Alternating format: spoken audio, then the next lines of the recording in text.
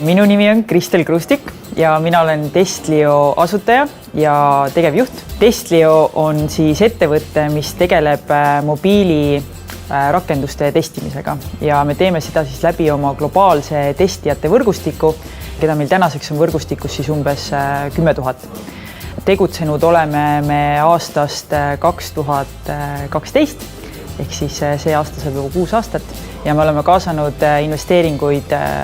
umbes $8 miljoni väärtuses. Kindlasti ma olen alati olnud hästi selline algatusvõimeline ja ettevõtlik, et kui ma mõtlen just selle peale, et kui ma käisin koolis, siis ma alati korraldasin erinevaid üritusi ja näiteks võtsin osa Playboxi korraldamisest, et kui klassil oli vaja mõelda välja mingisugune tants ja trall, siis olin mina alati eesotsas. Samamoodi, kui ma läksin ülikooli, siis ma kohe hakkasin osa võtma üliõpilasesinduse ülesannetest ja korraldasin läbi selle erinevaid üritusi. Nii et ma arvan, et algatusvõime on mingis mõttes natuke kaasa sündinud, aga seda on kindlasti võimalik välja arendada. Ettevõtluses on algatusvõime väga oluline, et see tähendab seda, et sa suudad näha probleeme ja sa tahad neile väga lahendusi leida. Ma alustasin Testlioga 2012 aastal. Enne seda ma olin tegelikult tarkvaratestija ja ma nägin selles maailmas hästi palju probleeme, aga ma ei näinud nendele probleemidele testija vaatevinklist kunagi mitte mingisugust lahendust ja seetõttu ma otsustasingi võtta see probleem ette ja see ära lahendada, nii et seetõttu on just ettevõtlikkus hästi ja see nii-öelda algatusvõime hästi oluline just ettevõtjate puhul, et sa näed probleeme ja sa tahad nendele lahenduse leida, et maailm siis paremaks muuta.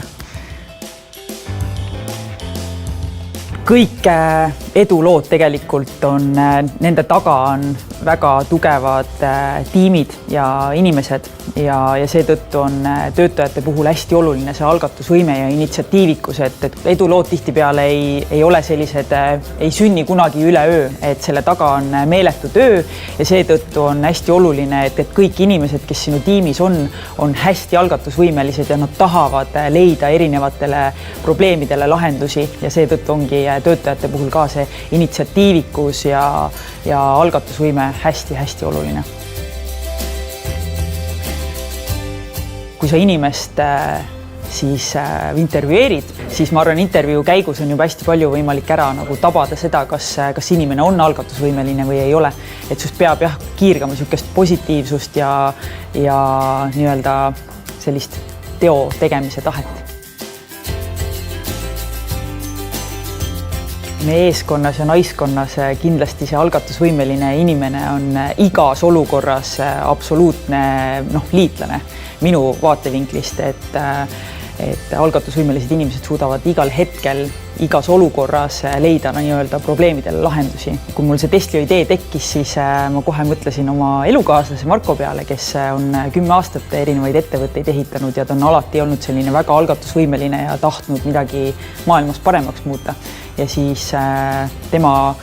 ei kartnud nagu nii-öelda riski võtta ja minuga nagu koos seda ettevõtet alustada. Nii et, ja samamoodi, kui ma vaatan nüüd oma töötajate ja oma tiimiliikmete peale, siis algatusvõime minu tiimiliikmetes on hästi oluline olnud, ja see, et kui meil on väljakutsed, siis keegi kunagi ei astu nagu tagasi, ei löö kartma, vaid et nad tahavad, nemad tunnevadki, et väljakutsed on need, milleks me siin kõik koos oleme ja me tahame tõesti mingit probleemi koos ära lahendada.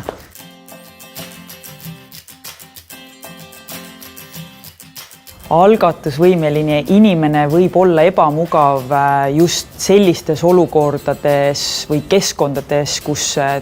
töökeskkond on selline kinnine ning inimesed ei taha omavahel tööd teha. Et mul isiklikult selle puhul kogemus puudub, et ma näen, et Testlios on alati olnud hästi sellised lahtise peaga inimesed, kes tahavad hästi palju koostööd teha, aga ma näen, et see algatusvõime võib olla natukene selline hirmutav inimestele, kes on harjunud töötama keskkonnas, kus ei taheta koostööd teha ja oma nii-öelda hirme ja rõõme teistega jagada. ma arvan, et kui sa oled algatusvõimeline inimene, siis sa ei saagi olla mitte kunagi kõrvaltvaataja, et sa tahadki alati teistega koostööd teha ja teisi oma ettevõtmistesse siis nii-öelda kaasata. Nii et ma arvan, et algatusvõimeline inimene on alati väga koostööaldis ja tahab teistega koos asju teha. Ettevõtlus minu jaoks ongi tegelikult üks suur risk ja seda enam, et kui sa oled alustav ettevõte, siis otse loomulikult sa ehitad ettevõtet, mis teeb midagi mingil uudsel kujul ja riske sa võtad iga päev ja alustades siis sellest, et kelle sa oma tiimi kaasad, milliste klientidega sa otsustad koostööd teha, et riske tegelikult võtab ettevõtja iga päev. Nii et päeva lõpuks tuleb palju riske võtta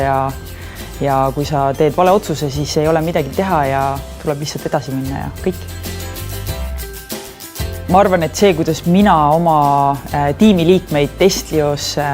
motiveerin ja inspireerin, on ikka tõesti läbi selle visiooni, mida me Testlios nii-öelda tahame ära lahendada. Ja ma arvan, et see on üks see põhjus, miks minul on selline säde silmades, et ma tõesti usun sellesse, et see, mida meie teeme, on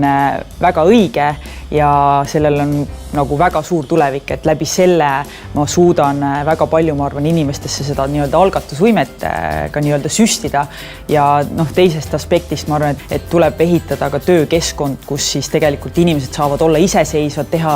enda eest otsuseid, aga samas ettevõtte juhina sa pead oskama neid nii-öelda õigel teele suunata, et sa alati hoiad seda visiooni ja siis annad neile nii-öelda vabad käed, et mismoodi nad selle nii-öelda eesmärgini siis jõuavad.